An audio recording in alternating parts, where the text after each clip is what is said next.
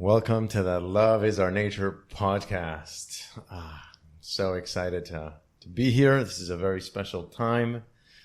Not only do we have an amazing episode lined up with an amazing guest that I'll introduce you in 1 second, but it feels to me like the return of the Love is Our Nature podcast, a whole new era for the podcast. This is actually the first episode that I've been recording with a guest ever since I became a father. So it's been 2.5 years. And I'm excited that we're back here again. So thank you for tuning in. Special thanks to those who have been tuning in from the beginning. We're about 30 episodes into this journey. So at this point, the Love is Our Nature podcast has been heard in 61 countries, 600 something cities. And it's just very, very exciting to be able to continue sharing these messages of love and inspiration with the world. So that being said, I'd love to introduce you to my beautiful guest, Chela. How are you doing, Chela? I'm doing great. Thank you so much for your invitation and having me here. It's an honor to enjoy this reopening and with new visions, with new perspectives, and as well like maturity. Thank you. It's such a joy to have you in the podcast, Chela. I've known you, I think, for a year and a half or so, and it's been so beautiful to be able to form part of the same community here in Santa Teresa, Costa Rica, which is where we are. Chela is a native Costa Rican, and she's a Tica, right? So I'm always excited to connect with the Ticos, because we come here. This is a town with so many expats, and we bring our culture, we bring our ways, and sometimes it feels to me like, man, I want to connect more with the Ticos and their ways, you know? So we'll talk a little bit about that perhaps. But part of the intention of us being here today is because we are both co-facilitating a retreat on June 7th to the June 14th. You're leading a women's retreat along with Paloma. That's right. And with my friend Paloma. Exactly. And I'm going to be leading a men's retreat along with your partner, Joseph, beautiful friend of mine as well, that we hope to see soon here in the Love is Our Nature podcast. So we want to talk a little bit about why we're even doing this retreat. Right? Why is it important and who is it for? We're going to dive into all of those beautiful, juicy details. But before we do all that, Chela, I'd love to have you just share a little bit about yourself. I mean, you're just such a wealth of wisdom. I read Chela's bio before coming onto this recording today, and I was like, wow, you know what? We're just going to have you talk about it, because if I include that so much, it's going to sound like I'm reading this whole curriculum. But yes, Chela is a therapist in the healing arts. She's a moon dancer, an astrologist, a body worker, a doula, a retreat facilitator, and also an angelita, as she very beautifully taught me today. That is what you call somebody who's supporting as a space holder in ayahuasca ceremonies, right? So you've got a plethora of experience in supporting people with their process, with their inner journey, with their transitions into a new version of themselves, right? So I'd love to hear a little bit from you, Chela. How would you introduce yourself? What can you tell us about who you are as a professional, and maybe as a person as well? Okay. Well, thank you so much for passing me the voice. And it's always an honor to be in this seat of rethinking how I see myself as a professional, how I'm delivering my service to others. And pretty much I will say that I consider myself as an explorer. I always curious about how, as humans, we can coexist in more harmony or harmonious environment with ourselves and in nature as well. So I am considering myself like devotee to that kind of exploration. I feel like very sublime when I am immersed in nature, and I really like to share that. As well, in terms of professional ways, like I it was such a casualty. I was more like a traveler, adventurous when I became a mother. I really felt the fact that I don't want to go to the hospital. I don't know where that come from. So I guess my journey starts there. I already was. And that was at 20 years old that you became a mom? I was like a 21-year-old. Wow. Yeah. Hats off to you.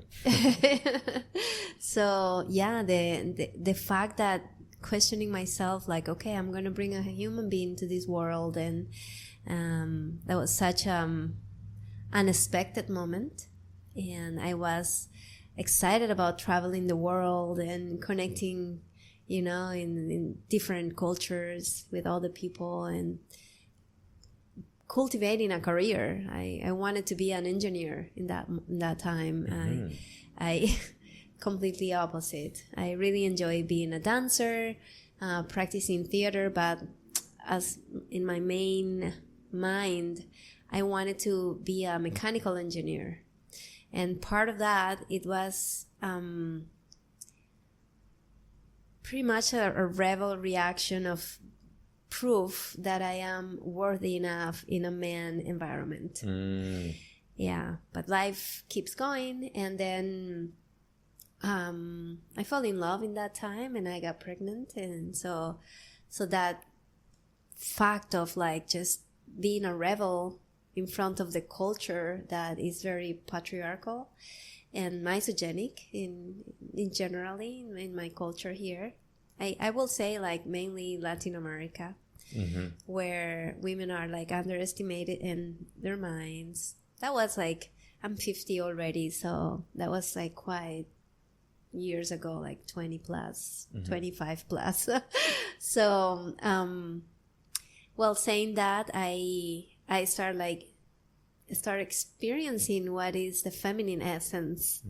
Just start feeling my body changing and the responsibility carrying a human being with me. So yeah, this is how I start my journey of going deeper and deeper in terms of my spirituality. But I still wanted to be an explorer and a traveler, and I was courageous enough to take my first baby and then the second baby into journeys and adventures and traveling. I went a lot into the, how I can say, like reunions or gatherings with native people, doing ceremonies. I started there in Costa Rica. First of all, I started doing temazcales. My baby, he was like 2 months old when he went into his first temazcal. Wow, which is a sweat lodge for those that aren't familiar with the term temazcal. Exactly. Thank you for that.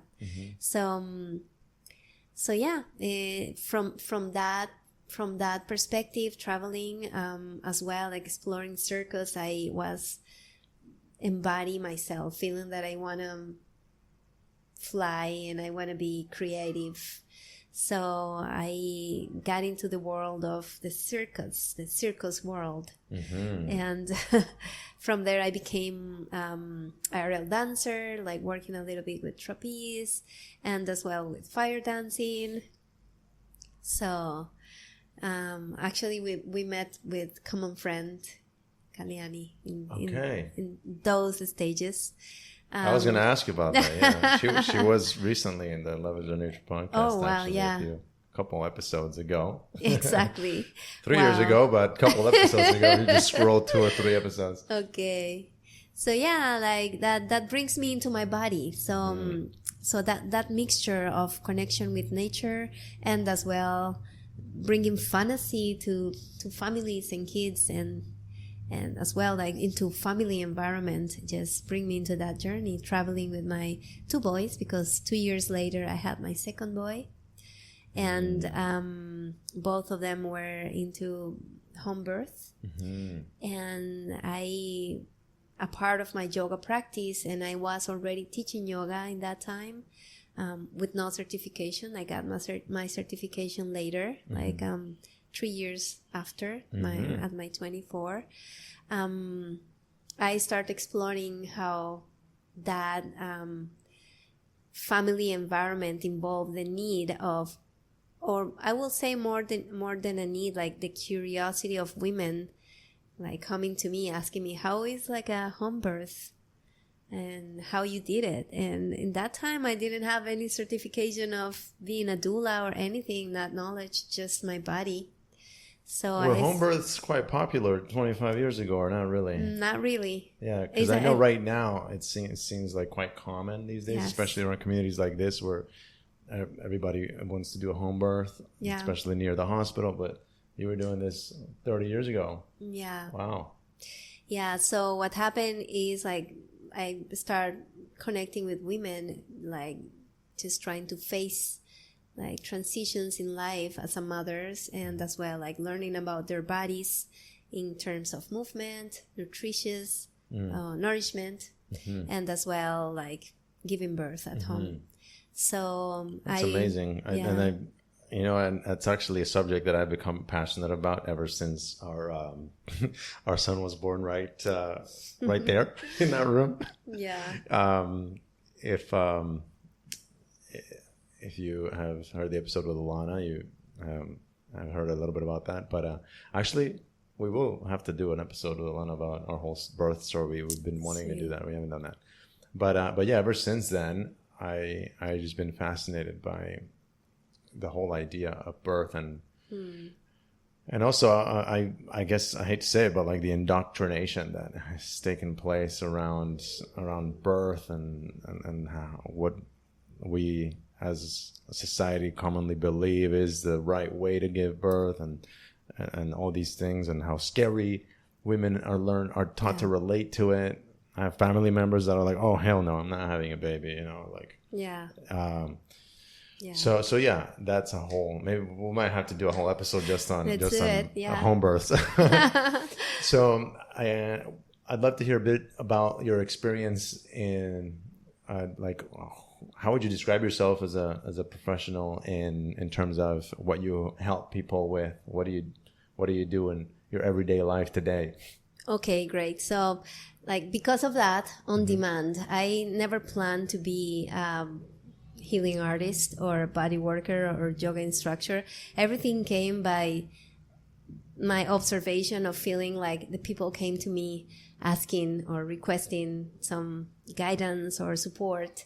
So I started training myself. So I became a yoga instructor and then got my 200 hours Yoga Alliance certificate. And then I continued doing 300 more hours like in South America, which is not part of the Yoga Alliance. That's from the north. So as well, beside that, I study yoga Thai massage. That is, it was another certification, international certification for the Thai Massage Alliance. And then I became a professional massage therapist, studied for 4 years in Argentina, in Buenos Aires. So in that school, I studied in a school named Oasis, that is the School of Healing Arts and Massage Therapies, massage therapy. So I started getting involved into what healing arts is. And it was pretty much what I was doing, like combining different ways of experiencing healing through creativity, through expression. So I understand my manual work through art creation, connecting my body and my spirit into someone else's body. You said heart creation or art creation? Art creation. Art creation. It's like an art piece. So through the movement and massage, creating that environment for people to feel comfortable to let themselves flow through my hands. It's been such a beautiful journey. Like I really love to be in that place and in that meditation, because it feels like definitely is like an artistic manifestation. It's like very inspiring. People receive a lot of downloads as well, myself. So it's a space of love. Beautiful. So I start, like combining yoga, massage, and nourishment. After a couple of years, I stopped doing my work as doula. Pretty much because I was living out of the city, not many people in this town giving birth, and they not all of them wanted to do it at home. So anyways, life keeps me like in that kind of flow. Mm-hmm. But then became another way to hold space for people. Like being a doula is like taking care of the mother to giving birth a human being, right? I'm working beside midwife, who is the one who taking care of the baby. But in the terms, or in the main terms, for me, it's like stepping beside of the gate of a threshold to just, like inviting the people to go through. So through my body work and my yoga practices and other meditation, mindfulness, and other practices, I found myself involved into being there, stirring that kind of gates of people's transformation and helping them to embody the experience of transformation, which is through body work, movement, dance, or helping them on special journeys like psilocybin, ayahuasca as angel. We call it like that. It's kind of like sweet and cute, but yeah, it's like working beside of shamans or people who are like facilitating the medicine and doing the work. Of course, like having hands to support people in hard process or hard moments is very important. That's amazing. And what a wealth of experience you have. And we've had several people come onto the show and talk about what healing means in the context in which we're using it. Because even for me, a few years ago, if you spoke about healing, I thought you meant like, you broke a bone or you cut yourself or you're sick because you got a diagnosis at the hospital from the doctor and you got to heal. But we're saying healing in a different context, aren't we? Right? So I'd love to kind of go down the route as to what it is that you have experience with in supporting people healing, particularly women, since it's in the context of this retreat. And let's get into who is this retreat for, right? Because I think it's so exciting that this retreat is going to be happening simultaneously, right? The women's retreat and the men's retreat. And one of the most beautiful retreat centers in Costa Rica, as far as I'm concerned, on the Maya in Montezuma. So let's just jump right into that, Chela, if that's okay. What would you say, we can take turns perhaps, and I'll talk about the men's retreat. What would you say is the intention of the retreat? Because I love what you told me and the name of it, right? It's called Essentia, a sanctuary to rise into your highest feminine essence, honoring your voice, beauty, creativity, intuition, wisdom, and authenticity. And another thing that you told me is that it's a retreat to rise into our primal feminine essence, right? So tell me a little bit about the intention of this retreat and who is this retreat for? Okay. Essentia is inspired. The name of this retreat is inspired in 2 words, that is ascend and essence. And as humans, in our feminine essence as well, we are in a liminal space. If you know about initiation or rite of passage, the liminal space is when we are in that transition of, we know we have to let go things, but we don't know what is the next. And it's as well from my perspective, like it feels that everything is more like with no time, like in the Aquarian era. So when we get into that perspective, it seems like, okay, we know that there's a lot of things that we need to let go as our belief systems as women, and understand actually what it is for us, the essence of being a woman, the feminine essence, and ascend to that For me, like, we are navigating into this spiral of evolution. In many cultures, we talk about like the medicine wheel, like it's the way that we ground ourselves, and we are evolving in a spiral. So through that concept of like getting into that level of healing that is not like just like practicing forgiveness about the past and all of this, is like being courageous enough, strong enough, and connected and grounded enough to create new world, a new perspective of what is the type of humanity we want to build. And for me, the balance, getting into the balance of the feminine, is very important in order to co-create with the masculine, with the conscious masculine.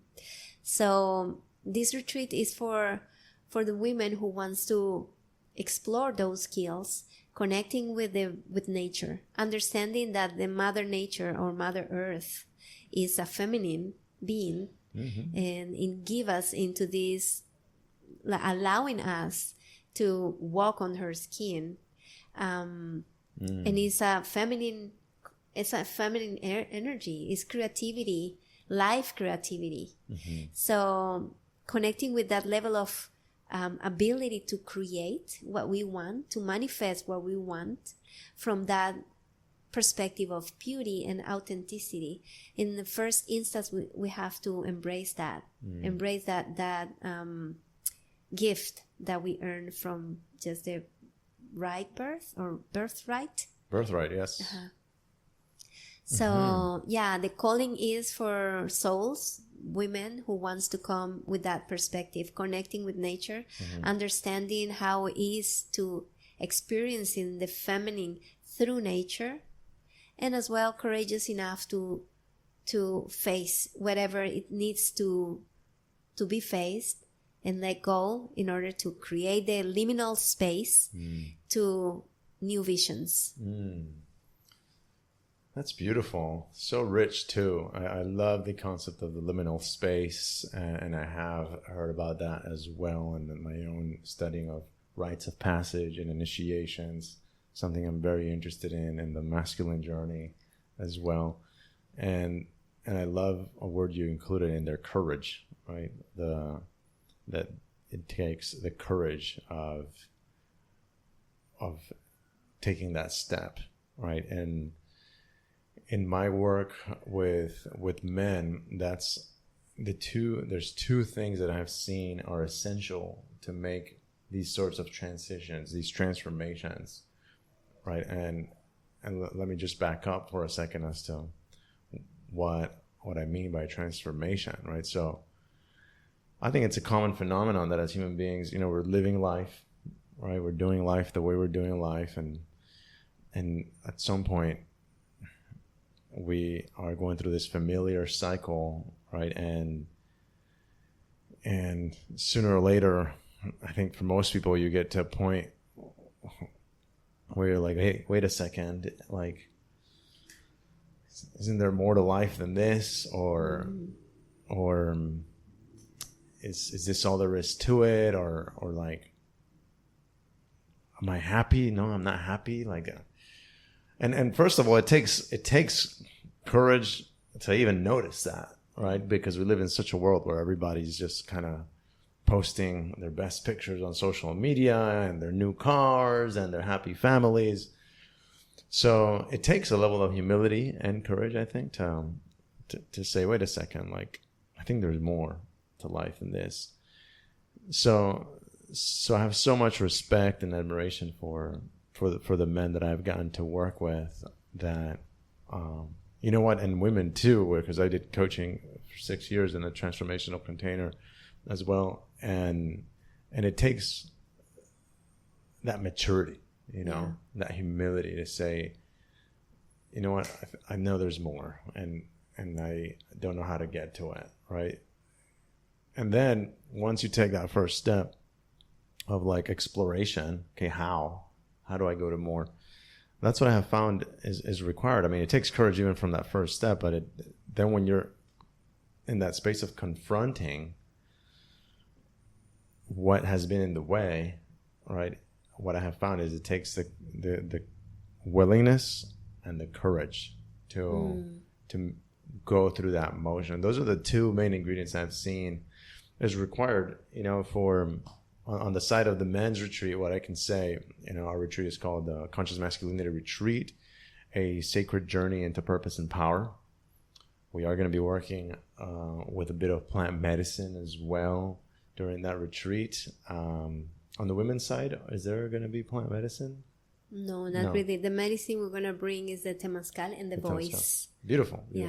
Yeah, I also have a retreat where we don't do plant medicine either, because sometimes it's not even necessary.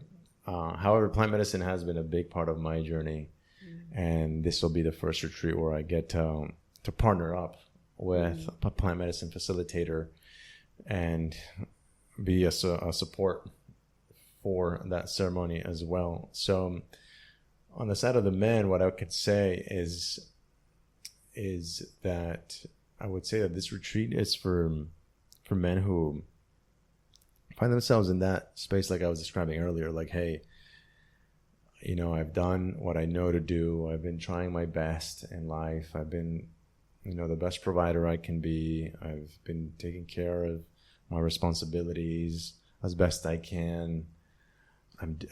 I've followed what society has told me I need to do to be successful, but it feels like there's more, and I don't know how to get it. I don't know where to go from here, right? And I know that's where I was. That's where I was in 2020. I found myself there on multiple occasions, but one of those main ones was in 2020 when I was actually working to be a program leader in a transformational seminar organization, while also being an entrepreneur with my own marketing agency, and everything was going seemingly really great.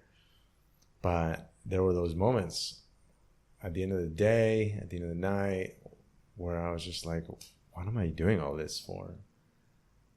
Like, am I even happy? I don't even know. And I was so disconnected. I didn't even know that I was sad. That's what was going on. I was sad, but I couldn't even name it. I spent like 3 to 6 months trying to talk to my mentors, figuring out what was going on. And it wasn't till ayahuasca and a Akashic record reading, actually 2 days back to back, that I saw, okay, I'm carrying sadness. Wow. And I spoke about this in different episodes, but yeah, I went through. I had the blessing to be able to receive that moment of clarity. And what I also realized in that moment, as someone who was very committed to helping people, which is why I was working in that organization before, is, man, I'm not the only one. I'm not the only one who's basically living life in sort of a hamster wheel, like doing, trying to be the best, right?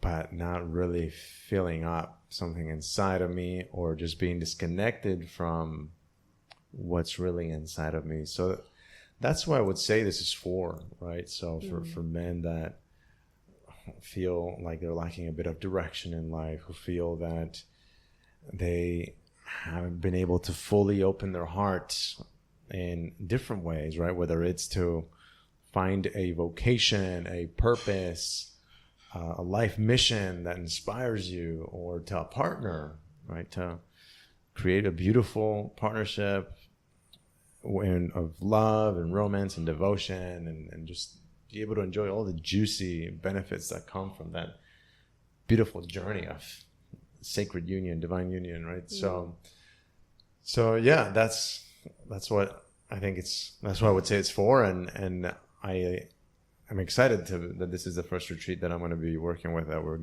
going with plant medicine, because that definitely is going to provide the little extra kick to see what we've been unwilling to see, right? So that's very exciting. Yeah. It's very exciting because as well, like as a part of this duality, this ometeot that I am going to explain later, it's like finding that right balance in terms of purpose, right? Like, and take that kind of responsibility, like just recognizing or acknowledging that we are in a big transition right now. There's a lot of things going on in the world that, like, Mother Earth is talking to us clearly, and as well, human mind is going like as crazy. It's like you can feel the polarities, like touching us every day, like here or there. What I'm doing here. And as a woman, like naturally, we all are space holders. Yeah. We are naturally and physiologically containers. So that sense of purpose, like just it needs to be shift for creativity. Say more about how Mother Earth is talking to us clearly, you said. All right. I'm fascinated by that because I know for people listening, something might have been like a record scratch. Or like, wait a second, what do you mean? Because for me, 4 years ago, I would have been like, what the heck are you talking about? Okay. Mother Earth is talking to us. But yeah, thankfully, I have now been able to be sometimes the recipient of such messages, mostly while connected through the plant medicine tool, right? But for those that haven't tried it, it's basically a portal, right? You cut the middleman, you go straight to the source, and you can hear Earth speaking with you. But tell me what you mean when you say Mother Earth is listening, is talking to us. Well, and what is she saying? Well, for me, like, this is part of this retreat, like tuning in with your present, and your presence in the present. So, of course, I can say, like the global warming, I can say earthquakes, I can say, like the deforestation, and you can feel like the alteration of the natural environment, of course. That's like obvious presence of, like, it feels like everything is changed. The source that I don't like to express as like the source that we need as humans to survive. They are like kind of, like being overexploded or not even getting easy to get, like clear water, clear air, food. Yeah, I heard fish isn't even safe to eat anymore. Exactly. It doesn't matter if it's wild. Imagine that, or drinking water. Now it's kind of like, seems like it's a privilege now, being able to have a shower, or for many areas in the country. Volcanoes are exploding. Yeah, we definitely are in a transition, and it feels... So that's what you mean, that on a surface level, Mother Earth is talking to us because of all these like kind of natural disasters that are happening. I believe in one of these laws of the universe that says what is in is out, and what is above and below. What is within you is as within, so without. Okay, yeah, exactly. So definitely, like, we got more and more sick as Earth. It get more and more sick, as well. Like connecting with the fact that our thoughts about like healing. We talk a lot about healing, transformation, healing. And I think it's part of like that whisper from, I will say, Mother Earth, the planet, nature, talking to us. And once you start working more and more deeply with yourself, through plant medicine, through meditation, through just like taking your time to training yourself to be into present, not so much in your mind, in your past, and what it's going to be if, or what I did wrong or right or proud, etc. It's like, okay, what it means to be present. And once you get into that simplicity, that is not that simple to get there, but once you recognize it's just sitting and observe and feel and train that level of connection with your senses, your feelings, and start feeling like maybe it's possible that the wind is talking to me, the way that it's touching my skin, like how I perceive through my senses, the air, the smell, how I can perceive the colors, and like how I can actually receive the vibration of the planets, connecting with our cycles. So this is one of the primal things that I think is very important in our retreat, like a women's retreat, is like connecting with our cyclical being. Because with that level of connection with the cycle that we have it within, like we flow the everyday, night, day, the moon, the sun, the seasons. There's something really beautiful that I think you're touching on there that reminds me of just how cut off we are in modern society as humans, cut off from earth, from nature, because just by the sake of how foreign it even sounds, this idea of listening to what nature is telling us, like that, the fact that even sounds crazy is really sad, because I know that sounds crazy to most people. They're like, oh, nature talking to you, like, what do you mean? And I know I've been in that position where I'm so cut off, or like, but we don't even know what's missing. We don't even know that we're cut off. We think we're just a human being here. We're doing life, we're not moving our bodies through every day. But what am I getting at here? So how is it that we're so cut off from nature, and what is it that we're cutting ourselves off from when we're cut off from nature? And how do we restore that? Well, I kind of touched some sensitive points maybe here, but it's like that kind of disconnection is when the feminine essence was taken. Like our ancestors, I will say like 7,000 more years ago in the planet Earth life, these matristic tribes, let's say, that there's proof that they honor Diosa Madre, that the mother goddess, right? Because it's the connection between heaven and earth. Like through the women, all humanity is here through a woman. So that's the source of creativity. It's like divine creation. So that's why I feel like very responsible about that fact, to really like checking in within me. And as you were in that place of like, what I'm doing here, and what is, what I supposed to get my purpose. And it's not about finding a career. It's like just really deeply connecting with that, like radical honesty within you. It's like, I am disconnected. Yeah. And why I'm not feeling inspired, why I'm not feeling like I am capable to create the world I want, the reality I want. Why am I feeling like I don't know I am here? Yeah. Exactly. So we are here in this body, in this planet, because a sparkle of creativity.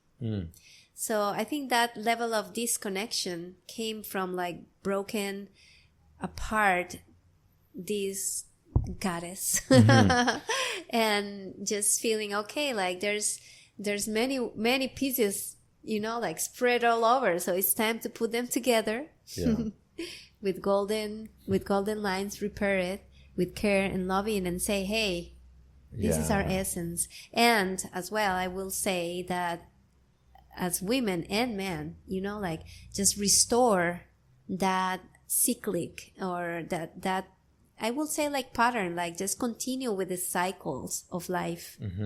Like women is that representation of time as well, because through women we can like literally like mark, a cycle, the cycle with the moon.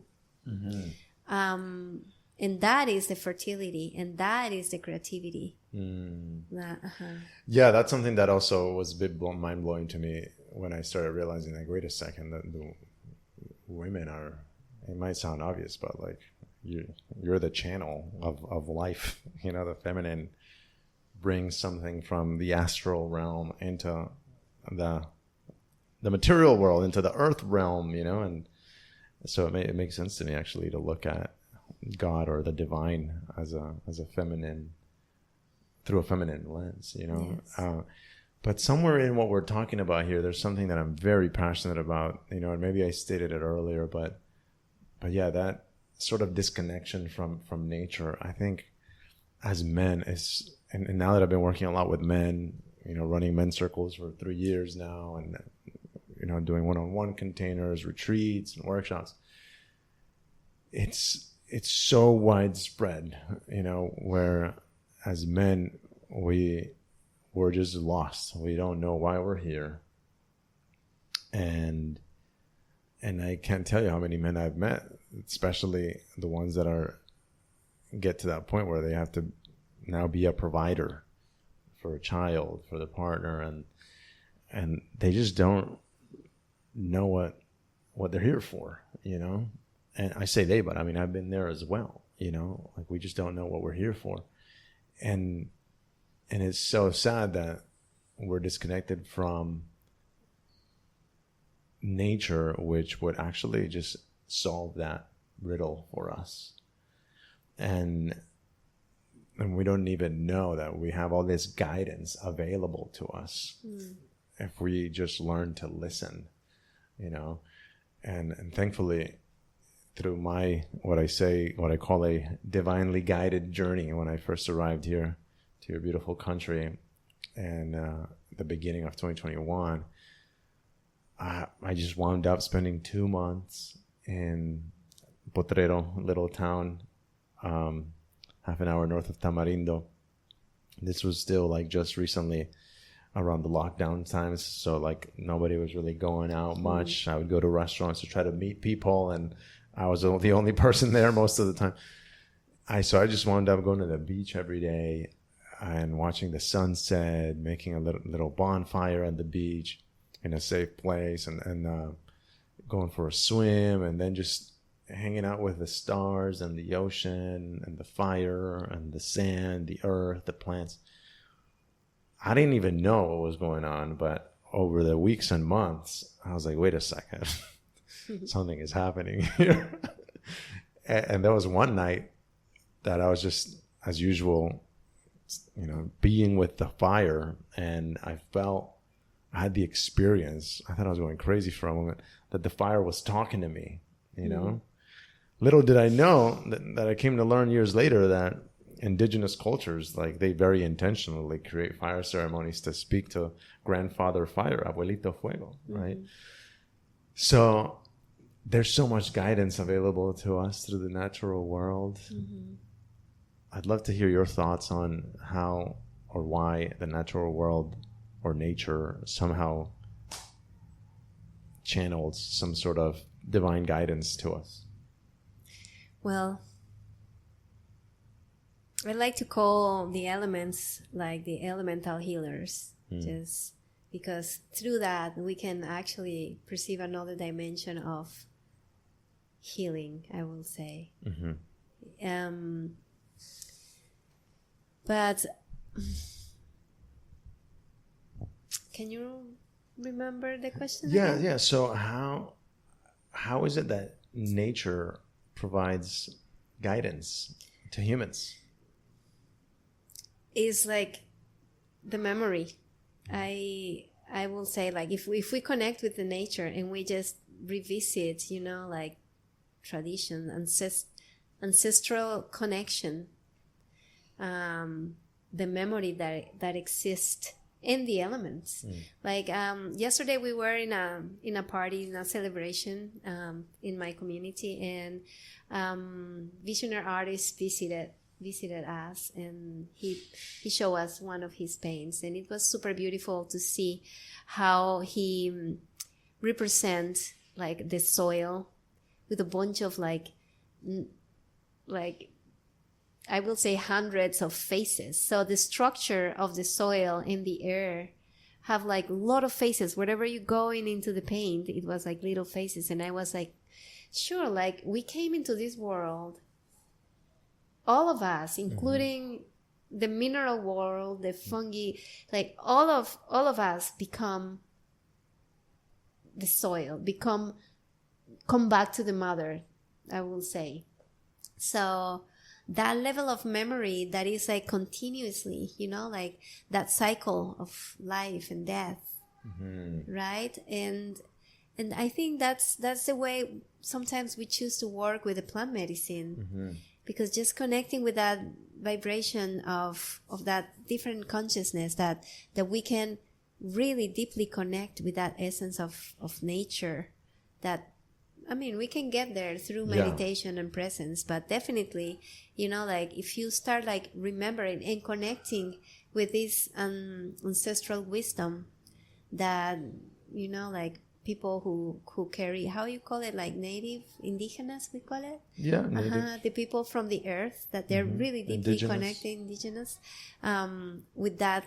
For example, in the red path that I practice my moon dance, before we talk and getting into the sweat lodge, that is the temazcal, we getting in and say, por todas mis relaciones, for all my relationships, and we get in.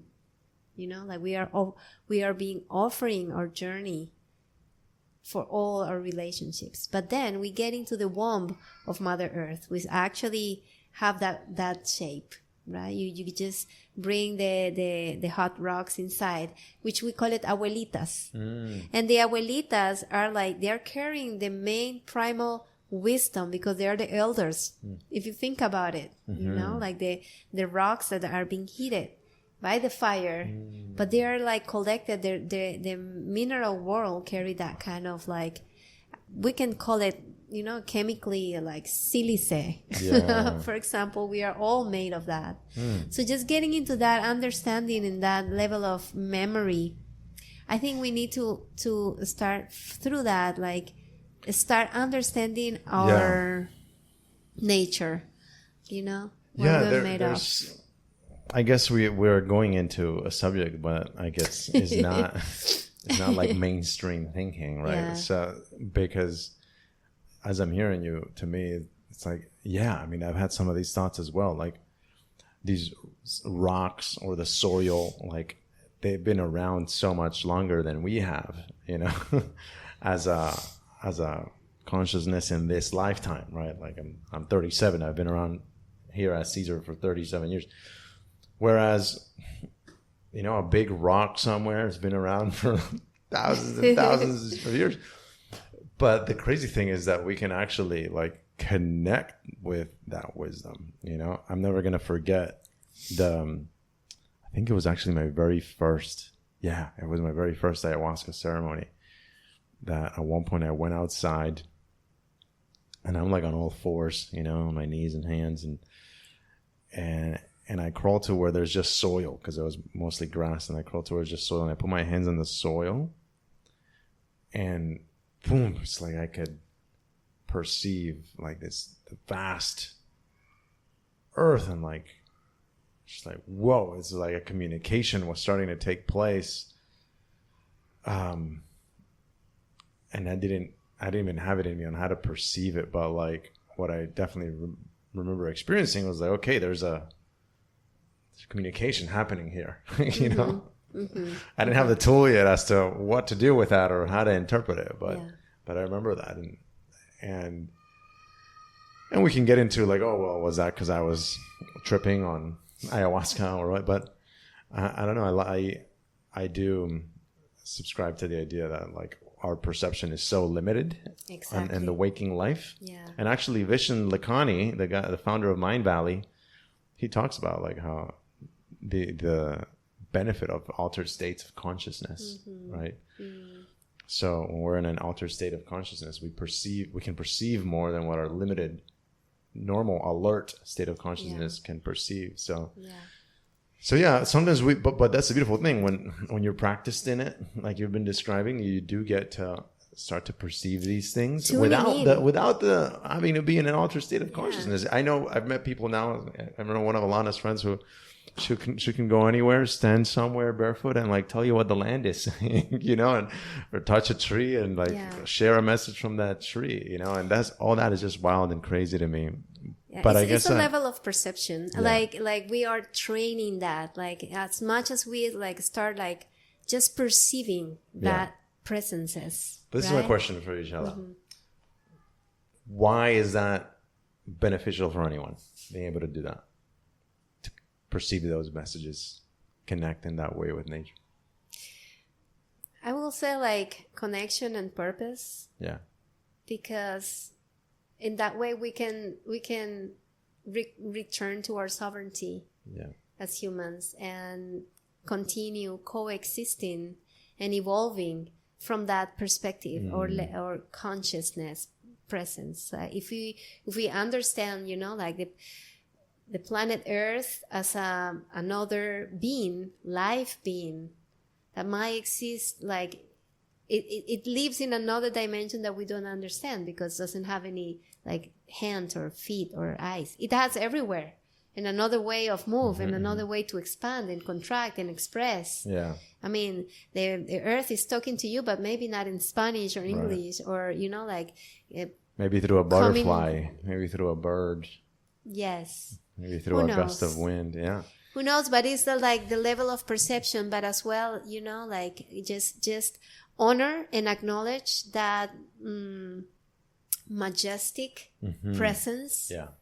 And then from that level of respect as humans, we can start connecting within each other. Yeah. So then we are more conscious about our next decisions as humanity, right? Because pretty much we're here living here, and our species, like our kids or sons and granddaughters, grandsons we are the I will say we are the next elders of this earth. Yeah. So at some point we're going to be the ancestors of our great grandkids, right? Exactly. Yeah. Well, this has been really great. Time has flown by. Wow. Right? We're nearly an hour into this episode, and I think we got to explore the importance of connection, and I think you answered that question perfectly. What's the whole point of connecting with nature? What's the whole point of being able to have that attunement with nature? You said connection and purpose.